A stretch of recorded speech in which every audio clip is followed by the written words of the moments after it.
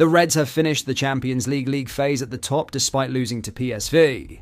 In today's video, we will discuss some of the major talking points from the game, all whilst going over all of the latest Liverpool news from the last 24 hours that includes some huge Darwin Nunez news as a twist has emerged ahead of the window closing. There is so much to cover in today's video, but first, hit the like button and subscribe to the channel for more Liverpool content. Firstly, Federico Chiesa has responded to his frustrating start to life at Liverpool after his first full 90 minutes, saying, "Since I joined, I've wanted to prove myself." Chiesa made only his second start for the club in Wednesday's 3-2 loss at PSV Eindhoven, it being his first start since September and his 9th appearance overall. It marked a big step forward after many miserable months since his £12.5 million move from Juventus, often training away from the squad as he built back his fitness.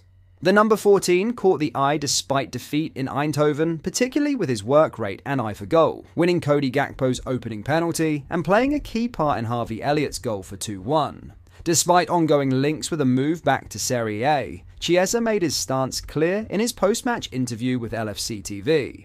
"I have to thank the coach, the staff, for giving me the possibility to play 90 minutes tonight," he explained. "For me it was great because I needed it for everything. Since I joined Liverpool, I've wanted to prove myself. I couldn't for many reasons, and tonight, getting 90 minutes after a big while, it was great, so I have to thank the coach." Chiesa continued, "There's room for improvement. There's room to get better and better, and being at the best of my game. We have a great team and it's hard to play, but that's normal because I want to be here, I want to play for Liverpool, I want to challenge myself." There is a sense that Chiesa will continue to figure more prominently in Arne Slot's plans from now, particularly with Liverpool still fighting for 4 trophies and with Diogo Jota sidelined with another injury. His next start should come against Plymouth in the FA Cup 4th round on February 9th, and fans can expect more of his enthusiastic brand of forward play. "I'm playing with great players, I'm in a great team, we're so focused on every competition. We want to challenge for the title, for the Champions League, for the Carabao Cup, for the FA Cup," the winger said. "There's a great atmosphere, I'm enjoying myself here. Of course I didn't get the chance to play for many reasons, but this is the first 90 minutes in a while, so I'm just happy tonight, just focused on that and nothing else. I'm enjoying being at the club because Liverpool is one of the biggest clubs in the world and the fan base is just amazing. Playing at Anfield gives me shivers." Now, in some huge Darwin Nunez news, the Uruguayan is attracting more and strong interest from 2 Saudi Pro League clubs, but Liverpool aren't willing to sell him in January. As the January transfer window comes to a close, Nunez is still being linked with a move away, this time to Cristiano Ronaldo and Sadio Mane's team, Al Nassr. The Athletic's David Ornstein reported that Nunez was another target for Al Nassr, but the Merseyside club have no intention of selling him at this stage in the window. The reliable reporter added, "There is expected to be a significant market for Nunez in the summer if Liverpool choose to sell the 25-year-old, but he is viewed as an important part of Arne Slot's squad as they compete for major honours in the second half of this season." Al Nassr have been in the market for a striker this January and have an agreement in place to sign Bayer Leverkusen's Victor Boniface, though this move could be put aside with the club now exploring a deal for Aston Villa's John Duran. Nunez has also been the subject of reported interest from Al Hilal, another of the 4 clubs owned by the country's public investment fund. Last week, The Telegraph's Mike McGrath reported that they were willing to pay Nunez around £29 million per year in wages. That equates to an eye-watering £558,000 a week that isn't taxed. At the moment, he is paid about £120,000 per week. As Ornstein says, interest in Nunez should still be significant in the summer, and it could represent a good time for the Uruguayan to part ways with the Reds, hopefully having signed off with silverware at Anfield. With Ronaldo's time seemingly coming to an end at Al Nassr, the club are in need of new faces to attract attention. Nunez's contract expires in 2028. Mo Salah is another whom the PIF are keen to get on board. However, the 32-year-old has shown no indication that he wants to leave Liverpool for Saudi Arabia. The Egyptian gave an update to Sky Sports on his contract talks in early January, saying, "There is nothing, no progress there. We're far away from any progress. We just need to wait and see."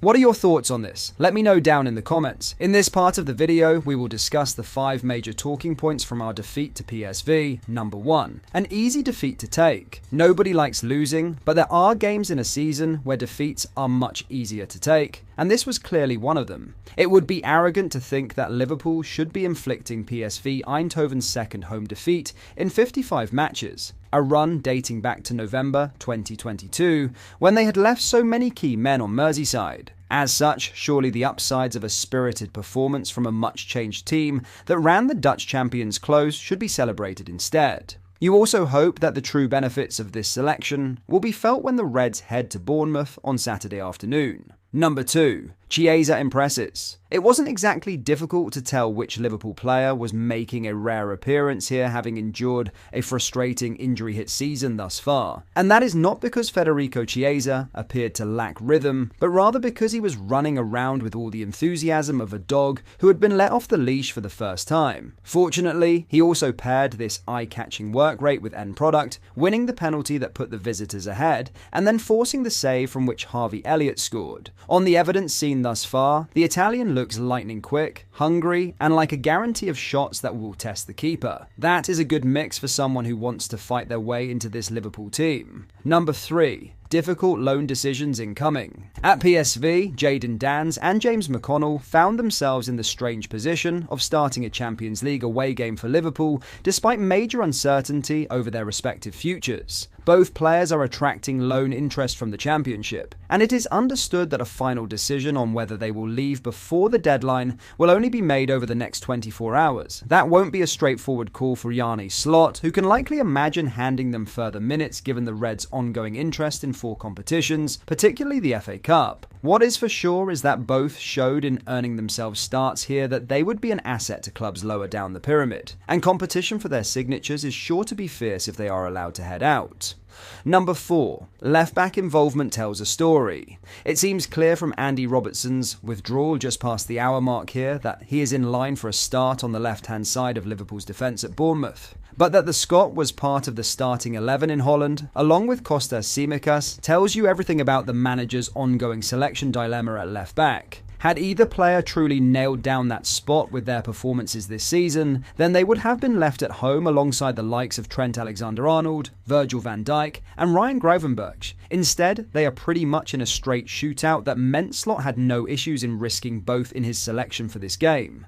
Number 5. Plenty to look forward to. Although it mattered little, it was nice to see Liverpool's remarkable efforts in the Champions League rewarded with top spot as a result of Barcelona failing to beat Atalanta. And an interesting last 16 tie now awaits, with Paris Saint-Germain, Monaco, Brest and Benfica confirmed as the Reds' potential opponents at that stage. None of those sides should hold any fears for Slot's men, while there was a further bonus added to Wednesday evening closer to home. Man City may have progressed by squeezing past Club Brugge, but they must now face either Real Madrid or Bayern Munich in a double header, with one of the legs landing just before Liverpool travel to the Etihad in the Premier League. Despite the loss, it's safe to say there's more positives to take from this game than negatives. A positive 90 minutes for Chiesa and a great experience for the young lads, while still finishing top of the league phase. It's probably the best loss we will ever have. Now let's get our heads down and focus on our massive game against Bournemouth at the weekend. But that is all for today's video. Thank you for watching. I hope you did enjoy. If you did, please drop a like on the video and subscribe to the channel for daily Liverpool content. Thank you. I'll see you in the next video.